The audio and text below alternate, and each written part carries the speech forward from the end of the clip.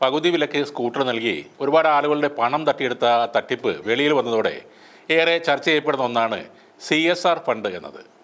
CSR fund എന്നാൽ ഓരോ സാമ്പത്തിക വർഷത്തിലും കമ്പനികളുടെ ലാഭത്തിൻ്റെ ഒരു നിശ്ചിത ശതമാനം സാമൂഹ്യ സേവന പ്രവർത്തനങ്ങൾക്കായി നീക്കിവെക്കുന്ന തുകയാണ്. ഇന്ത്യയിലെ 2013 കമ്പനീസ് ആക്ട് സെക്ഷൻ 135 പ്രകാരം ചില നിബന്ധനകൾ പാലിക്കുന്ന കമ്പനികൾ CSR പ്രവർത്തനങ്ങൾ നടത്തുകയും അതിനായി ഫണ്ട് നീക്കിവെക്കുകയും ചെയ്യേണ്ടത് നിയമപരമായി നിർബന്ധമാണ്. മൊത്തം ആസ്തി 500 കോടി രൂപയോ അതിൽ കൂടുതലോ ഉള്ളവർ, വിറ്റുവരവ് 1000 കോടി രൂപയോ അതിൽ കൂടുതലോ ഉള്ള കമ്പനികൾ, അറ്റാദായം 5 കോടി രൂപയോ അതിൽ കൂടുതലോ ഉള്ളവർ, ഇങ്ങനെയുള്ള ഏതെങ്കിലും വിഭാഗത്തിൽപ്പെടുന്ന കമ്പനികൾ കഴിഞ്ഞ 3 സാമ്പത്തിക വർഷങ്ങളിലെ ശരാശരി ആദായത്തിൻ്റെ 2% CSR പ്രവർത്തനങ്ങൾക്കായി ചെലവഴിക്കണം. ഈ ഫണ്ട് ഉപയോഗിച്ച് വിവിധ മേഖലകളിൽ പദ്ധതികൾ നടപ്പിലാക്കാം. Tata group, Reliance industries, Infosys, Mahindra and Mahindra, Hindustan Unilever തുടങ്ങിയ പ്രമുഖ കമ്പനികൾ CSR പ്രവർത്തനങ്ങളിൽ സജീവമാണ്. ഇതേ CSR ഫണ്ട് എന്ന പേര് പറഞ്ഞാണ് അനന്തു കൃഷ്ണൻ BJP നേതാവായ AN രാധാകൃഷ്ണനെ കൂട്ടുപിടിച്ച് തട്ടിപ്പ് നടത്തിയത്. ഈ വമ്പൻ തട്ടിപ്പിൻ്റെ പ്രധാന സൂത്രധാരനായിരുന്നിട്ടും BJP സംസ്ഥാന വൈസ് പ്രസിഡന്റ് AN രാധാകൃഷ്ണനെ ഒരു ഇരയുടെ വേഷമാണ് മാധ്യമങ്ങൾ നൽകുന്നത്. തട്ടിപ്പ് കേസ് തന്നിലേക്ക് എത്തുമെന്നറിഞ്ഞ് രാധാകൃഷ്ണൻ ഒരു വാർത്താ സമ്മേളനം നടത്തിയിരുന്നു. തട്ടിപ്പിലെ പങ്ക് വ്യക്തമാക്കുന്ന കാര്യങ്ങൾ രാധാകൃഷ്ണൻ പറഞ്ഞിട്ടും പ്രധാന മാധ്യമങ്ങളെല്ലാം അത് മൂടിവെക്കുകയായിരുന്നു. പിരിച്ച പണത്തിൻ്റെ കണക്കോ നൽകാനുള്ള വാഹനത്തിൻ്റെ എണ്ണമോ രാധാകൃഷ്ണൻ പറഞ്ഞിട്ടില്ല. ആയിരക്കണക്കിന് ആളുകളെ കബളിപ്പിച്ച് പിരിച്ചെടുത്ത പണം അനന്തുകൃഷ്ണൻ തട്ടിയെടുത്തെന്നാണ് അദ്ദേഹം വാദിച്ചത്. അങ്ങനെ താനും ഈ തട്ടിപ്പിൽ ഇരയാണെന്ന രാധാകൃഷ്ണൻ്റെ വാദം മാധ്യമങ്ങളും അംഗീകരിക്കുകയാണ് ഉണ്ടായത്.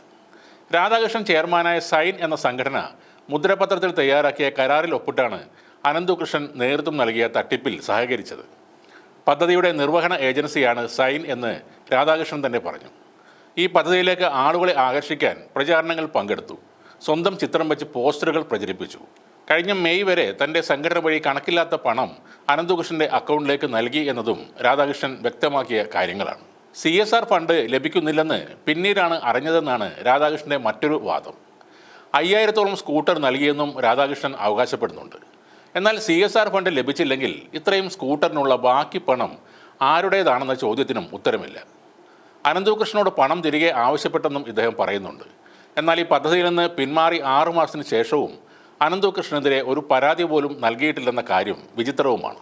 കുറേ പേരിൽ നിന്നും പകുതി പണം വാങ്ങി പുതിയ സ്കൂട്ടർ നൽകുന്നു. അപ്പോൾ കയ്യിൽ നിന്നും അനന്തുകൃഷ്ണനും ടീമിനും നന്നായി പണം പോകുന്നുമുണ്ട്. പിന്നീട് ഇവർ പ്ലാൻ ചെയ്ത തട്ടിപ്പ് നടപ്പിലാക്കുന്നു.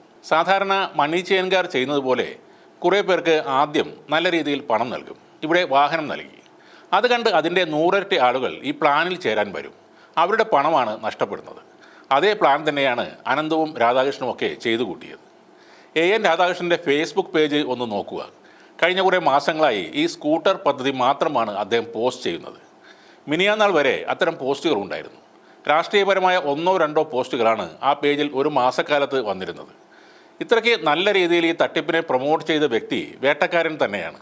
ഈ തട്ടിപ്പിലെ ഒരു ഇരയുടെ പരിവേഷം അദ്ദേഹത്തിന് ചാർത്തി കൊടുക്കുന്നത് തീർത്തും തെറ്റായ കാര്യമാണ്. ഇതിൽ BJP എന്ന പാർട്ടിക്ക് പങ്കുണ്ടെന്ന് ആരും പറയില്ല. AN രാധാകൃഷ്ണൻ സമാന്തരമായി തുടങ്ങിയ സംരംഭം വലിയ തട്ടിപ്പ് തന്നെയാണ് നടത്തിയിരിക്കുന്നത്. അതിൽ ഒരു സംശയവും വേണ്ട.